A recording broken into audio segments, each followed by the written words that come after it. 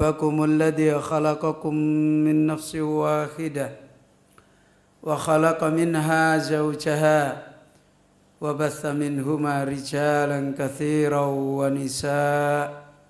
ونساء واتقوا الله الذي تساءلون به والأرحام إن الله كان عليكم رقيبا يا أيها الذين آمنوا اتقوا الله وقولوا قولا سديدا يصلح لكم أعمالكم ويغفر لكم ذنوبكم ومن يطع الله ورسوله فقد فاز فوزا عظيما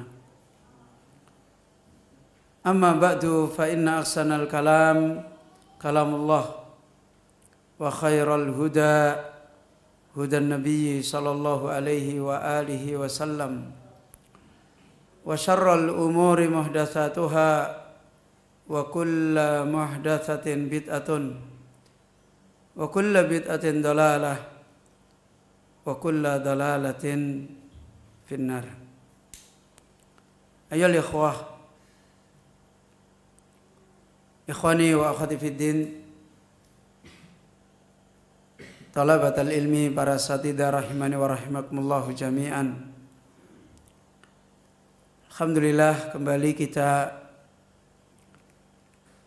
senantiasa berzikir kepada Allah dan kembali kita selalu beristi'anah kepada Allah Jalla Jalaluhu, khususnya di saat-saat kita diberikan oleh Allah kesempatan-kesempatan yang muhimmah, diberi kenikmatan-kenikmatan yang begitu besar, yang cukuplah sebagaimana hari ini Allah Subhanahu wa taala bedakan kita. Paling tidak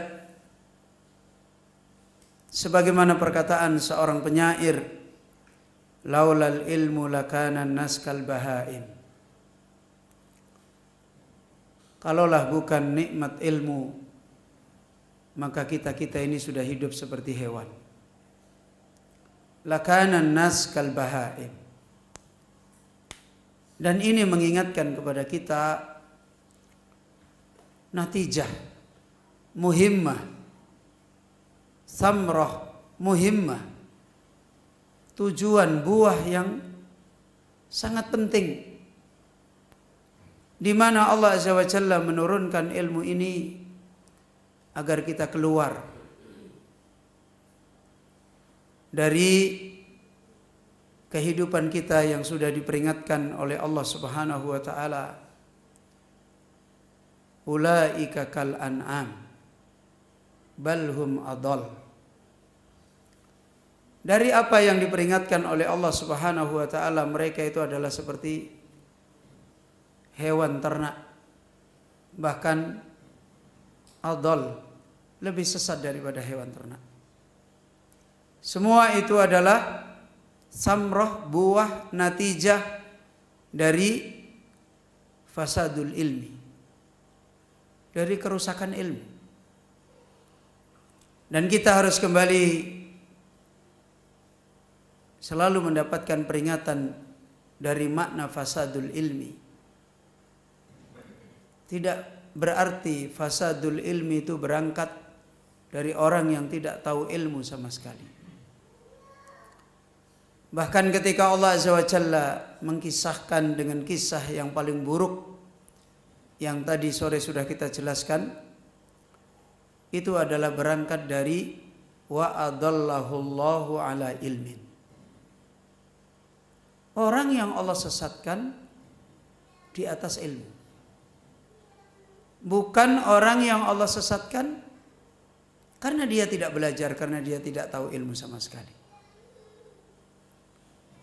Dan ini adalah jahlun murakkab, kebodohan yang murakkab. Maka ya ikhwah, kembali kita kepada islah awiyatil ilmi, wi'ail ilmi, kembali kepada kita untuk memperbaiki bejananya ilmu yang ada pada diri kita masing-masing. Itulah sebenarnya agar kita menjadi hamba-hamba yang pantas untuk Allah memilih kepada kita. Karena dari sanalah Allah memberikan penjagaan. Adapun ilmu, Allah sudah menetapkan penjagaannya. Adapun kitab, adapun sunnah, adapun fahmul kitab wa sunnah as-sahihah, Allah telah menetapkan penjagaan tanpa kita pun Allah sudah menjaga. Dan bahkan para ahlul ilm menyebutkan, bahkan kemuliaan Allah Subhanahu wa taala, kalau itu kembali kepada menjaga hakikat ilmu, Allah banyak menunjukkan kekuasaannya. Allah bisa menjaga nususul ilmi, hurufan wa alfadan wa maknan. Sampai-sampai banyak kitab-kitabnya para ulama hari ini dijaga di perpustakaannya orang-orang kafir. Hakikatnya adalah Allah menjaga fahmu ad-din as-sahih. Allah menjadikan orang kafir diperbudak untuk menjaga kitab-kitab para ulama. Kitabnya Imam Ibnul Qayyim ada di perpustakaan Amerika, ada di perpustakaan Belanda. Itu dijaga oleh mereka, dibiayai oleh mereka. Dan itu penjagaan Allah kepada ilmunya. Adapun kita dijaga oleh Allah kembali kepada kita. Kalau kita tidak memiliki apa yang disebut oleh Nabi kita Muhammad SAW, fayuyassaru amala ahli sa'adah, kita tidak punya karya-karyanya orang-orang yang berbahagia, maka itulah hakikat fasadul ilmi. Ayolah ikhwah, para ahlul ilm mengingatkan, jika ilmu itu benar-benar diberikan oleh Allah kepada orang-orang yang mereka punya wi'aul ilmi, punya bejananya ilmu yang pantas, dan mereka adalah orang yang memiliki kaidah-kaidah bejananya ilmu hati-hati yang pantas. Khususnya mereka adalah orang yang sangat kuat mengambil sebab-sebab untuk ikhlas. Sebagian ahlul ilm mengingatkan, seperti diantaranya pernah ditanyakan oleh salah seorang ulama kita, Hamdun Al-Qassar. Ketika itu ditanyakan kepada beliau, ma balu kalamis salaf anfa'u min kalamina. Apa? Persoalan apa? Di mana perkataannya para salaf itu enggak luntur, enggak hilang ditelan zaman. Terus menerus memberikan manfaat kepada kita dibanding perkataan kita sendiri. Hari ini orang berkata meriah rame, sehari sudah dilupakan orang. Hari ini orang berkata luar biasa, pulang sudah tidak tahu. Orang-orang yang ngaji kalau ditanya apa yang kamu dapat, nggak bisa cerita tentang ilmu yang disampaikan. Kecuali, oh ustadz itu memang hebat. Dan itu menjadi dalil. Kenapa perkataannya para salaf itu anfa'u min kalamina? Kenapa ilmu mereka, perkataan mereka, tubuh-tubuh mereka sudah menyatu dengan debu-debu. Tapi perkataan mereka terus dinukil, diambil manfaat, dipegangi oleh orang-orang kemudian. Padahal mereka berbicara cuma kalimat-kalimat yang wajiz, kalimat-kalimat yang ringkas. Dan kita hari ini berbicara sampai kehabisan materi. Perkataan kita masih tidak bermanfaat. Kalau tak ada manfaatnya, sangat kecil. Bahkan yang terjadi madaratnya lebih besar. Maka beliau Hamdun Al-Qassar menjawab, li'annahum takallamu li'izzil Islam wa najatin nufusi wa ridar rahman wa nahnu natakallamu li'izzin nufusi wa talabid dunya wa ridal khalqi. Ini yang membedakan. Mereka dulu berbicara. Mereka tidak pernah menyuruh orang untuk mengabadikan, untuk menciarkan, untuk membuat promosi. Bahkan tidak jarang mereka marah kepada orang untuk perkataan-perkataan mereka dibesar-besarkan. Itu menunjukkan mereka ketika berbicara adalah takallamu li'izzil Islam.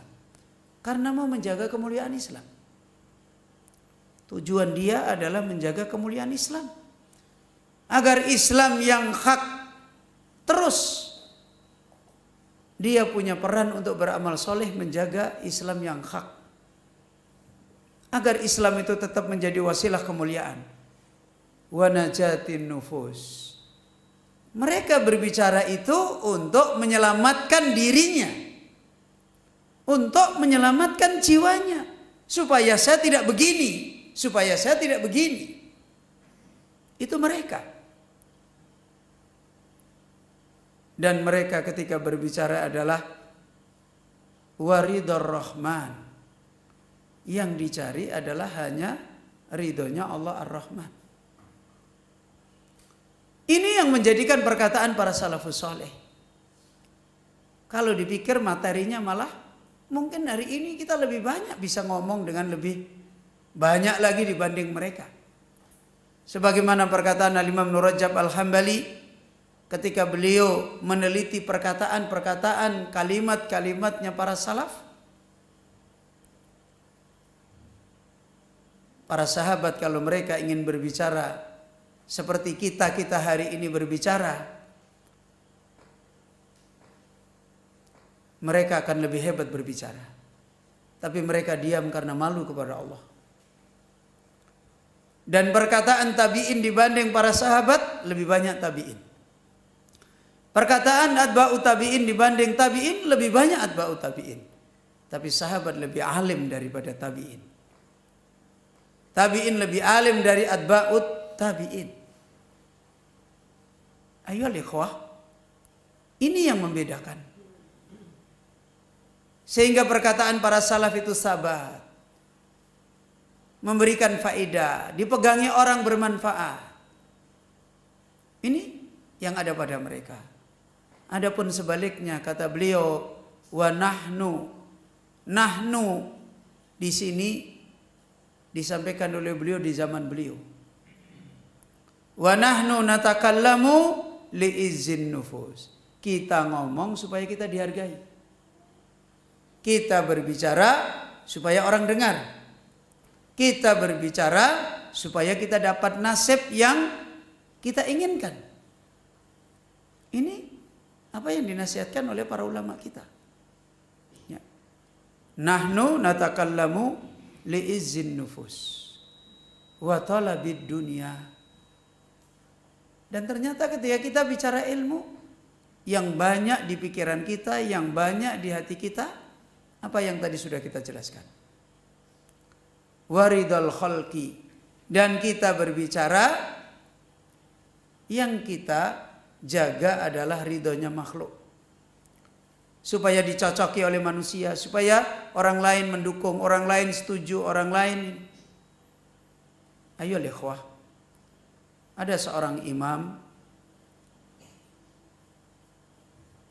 yang pernah berfatwa pada satu perkataan. Kemudian orang yang mendengar fatwa ini berkata kepada imam, wahai imam, apa yang engkau fatwakan sama seperti sahabatmu ketika berfatwa seperti ini. Sahabatnya juga ulama. Maka apa perkataan imam ini? Kata imam, saya itu tidak pernah memahami ada orang yang cocok dengan perkataan saya. Saya itu nggak pernah berpikir kalau saya berbicara tentang ilmu harus ada orang yang cocok dengan saya. Itu mereka ketika berbicara tentang ilmu. Benar-benar terjaga qalb mereka, keikhlasan mereka. Mereka hanya tersinggung dengan Allahu Rabbul Alamin. Emosional cinta mereka akan naik kalau Allah cintai. Emosional takut mereka akan naik kalau menjadikan murkanya Allah. Emosional berharapnya kepada Allah akan naik ketika Allah mendatangkan berita-berita gembira tentang keridhaannya.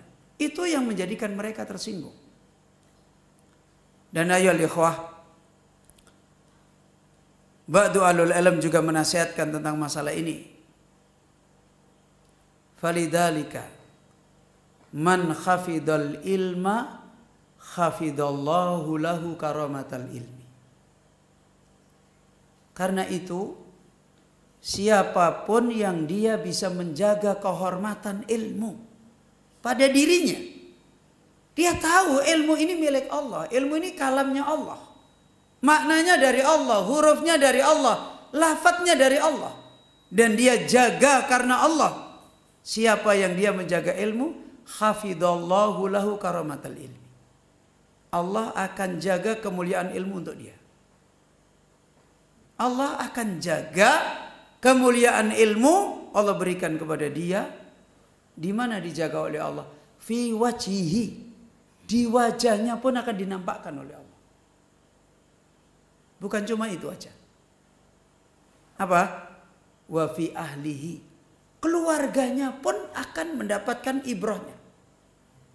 Keluarganya pun akan diberikan oleh Allah keberkahan. Sekarang mari kita ngambil contoh.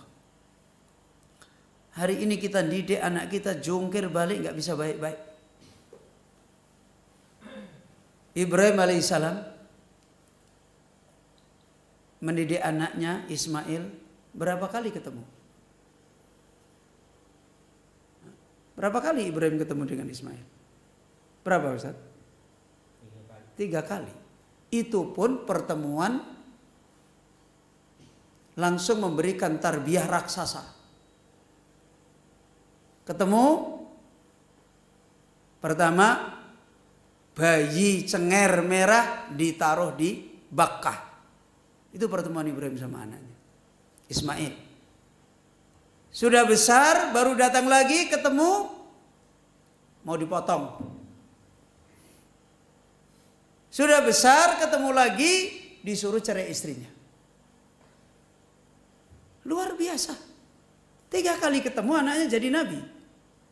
Kita ini jungkir balik untuk bagaimana anak kita jadi soleh aja susah.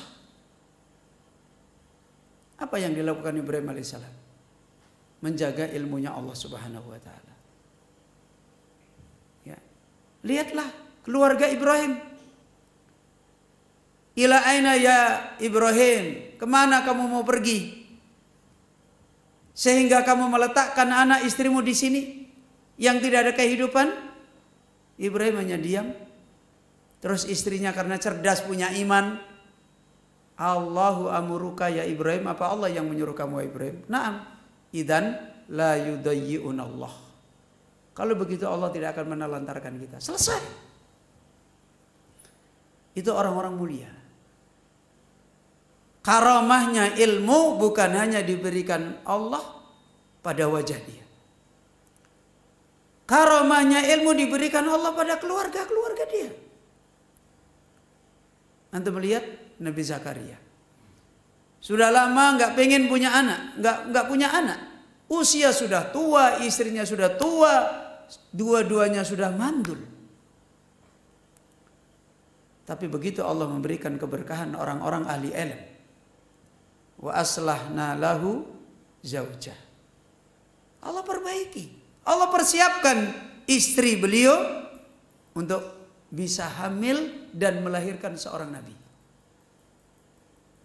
Semuanya itu adalah karena mereka orang-orang yang punya ihtimam menjaga ilmunya Allah dengan ikhlas.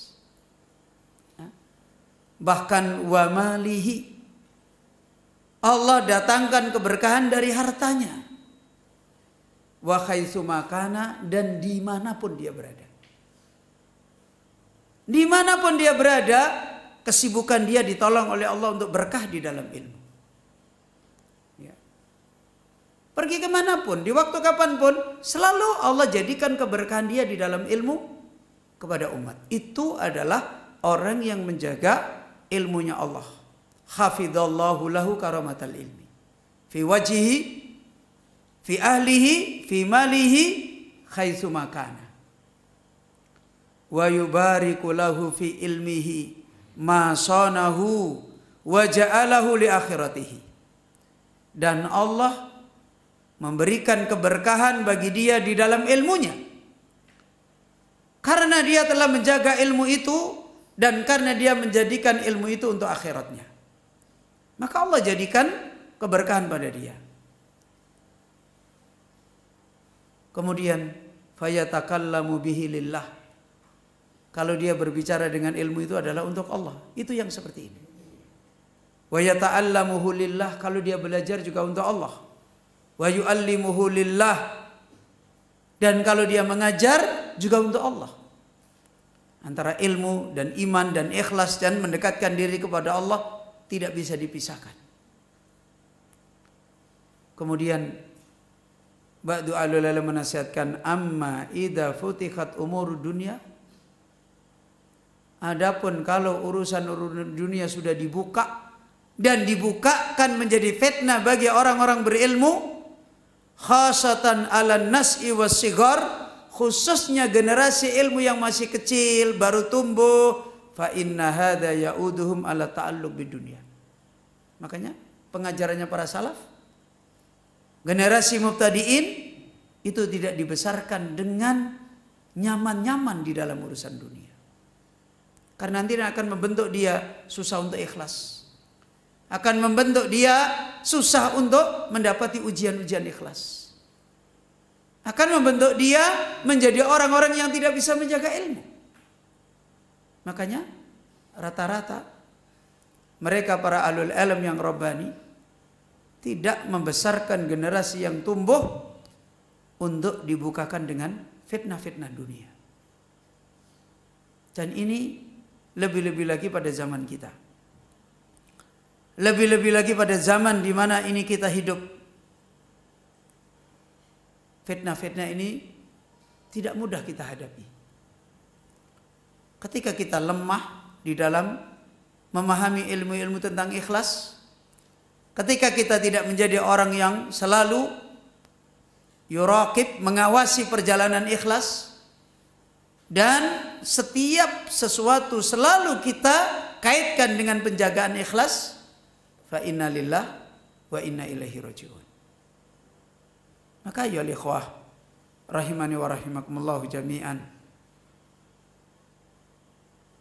Kemudian beliau mencontohkan, walana fi salafina salih uswah, dan kita pada para salaf itu sudah punya teladan, sudah punya contoh madrasah-madrasah mereka, sudah punya contoh ma'had-ma'had mereka. Kita bukan barang baru. Madrasah, ma'had untuk mengajarkan ilmunya Allah, ini bukan kagetan aja yang ada di Indonesia. Bukan. Kita sudah banyak punya contoh di madrasahnya para salaf. Kanat madarisul muslimin muntasyiratan fi kulli saqin. Di mana madrasah-madrasah pengajaran kaum muslimin dulu para salaf tersebar di mana-mana. Kalau kita ini kan ada yayasan baru ada madrasah. Mereka nggak ada apa-apa ada madrasah. Ibunya jadi madrasah, pamannya jadi madrasah, mbahnya jadi madrasah. Apalagi orang-orang alim mereka. Ini madrasah mereka. Dan kita sudah banyak dicontohi oleh para ulama kita. Dan kata beliau, wa ma kanu ya'rifuna musabaqatan. Dulu mereka tidak pernah mengenal ada musabaqah, perlombaan alfiyah, musabaqah, perlombaan ngapalin mutun ini, yang ini dapat ini, yang ini dapat ini. Enggak, dan pintar-pintar tuh. Bukan bodoh-bodoh. Alim-alim mereka. Kita dilombain ini, dilombain ini, dilombain ini, menang, habis itu hilang. Yang masih membekas ribut soal hadiah. Ilmunya ma'asalamah, nasyan mansiyah. Ditanya aja sudah nggak tahu. Tapi hadiahnya membekas. Mereka dulu para salaf nggak mengenal perlombaan kayak gitu itu nggak. Lu Ustaz apa nggak ada manfaatnya? Ada manfaatnya, tapi hujumnya fitnah itu lebih banyak. Itu dinasihatkan oleh mereka alul ilm. Wala jawaiz. Mereka dulu tidak ada ijazah-ijazah. Ada kadang sebagian orang, Ustaz, dari ini kalau kita berdakwah kita nggak punya ijazah, nggak laku, Ustaz. Tuh, kamu itu ingin berdakwah supaya orang dapat kebenaran atau supaya laku? Ya kadang-kadang saya heran. Dan dia punya seperti itu juga belum tentu laku. Apa maksudnya dengan ilmu yang seperti itu? Loh Ustaz, apa nggak ada manfaatnya itu ijazah? Ada, untuk bikin paspor juga bermanfaat kok. Tapi tempatkan pada tempatnya yang benar. Agar tidak menodai keikhlasan perjalanan ilmu kita. Dan itu nggak mudah. Dulu madrasah mereka, bahkan dulu ketika saya minta izin guru saya mau pamit meninggalkan pondok saya tidak kasih ijazah kamu, kata guru saya. Ijazah kamu nanti akan datang dari Allah. Kalau ilmumu bermanfaat, diterima oleh manusia, dengan sebab kamu manusia dapat kebaikan, itulah ijazah dari Allah. Itu dulu guru saya begitu. Saya nggak kasih ijazah kamu. Ayo ikhwah. Ini mereka. Terjaganya betul ilmu mereka. Balkanu yasnuna raqab fi khilaqil ilm. Bahkan mereka adalah orang yang selalu menyanjung siapapun ketika mereka memenuhi di majelis ilmu. Muhtasibina al-ajra indallahi ta'ala, mubtaghina thawaba minhu subhanahu wa ta'ala. Tidak ada yang mereka cari, yang mereka harapkan kecuali di sisi Allah.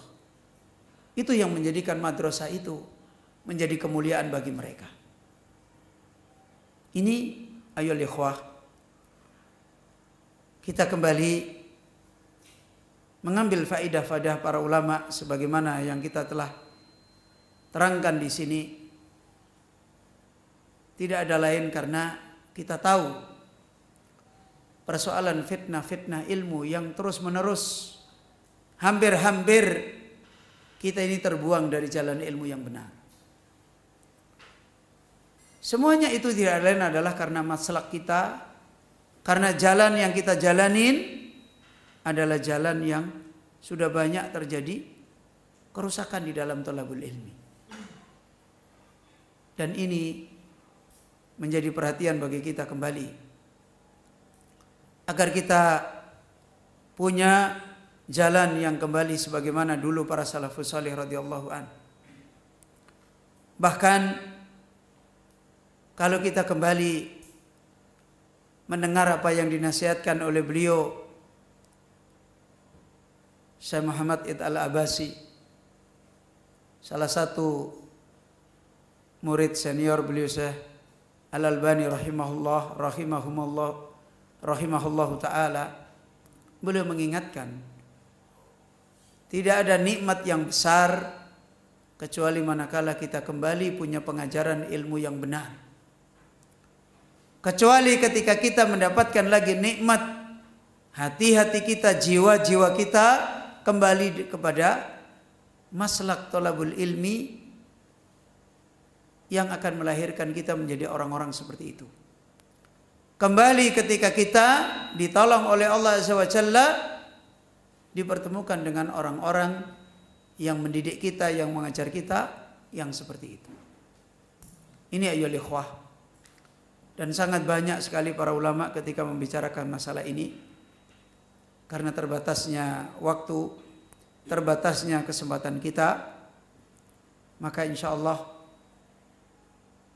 apa yang kita ambil faidah pada faidah yang pertama ini tentang adabut talib fi nafsihi, semoga ini menjadi takdib, menjadi mudzakarah bagi kita semua, agar kita semuanya ditolong oleh Allah punya perjalanan ilmu yang nafi', sebagaimana para pendahulu kita, sebagaimana mereka telah diberikan oleh Allah kemuliaan, apa yang Allah telah anugerahkan kemuliaan pada mereka.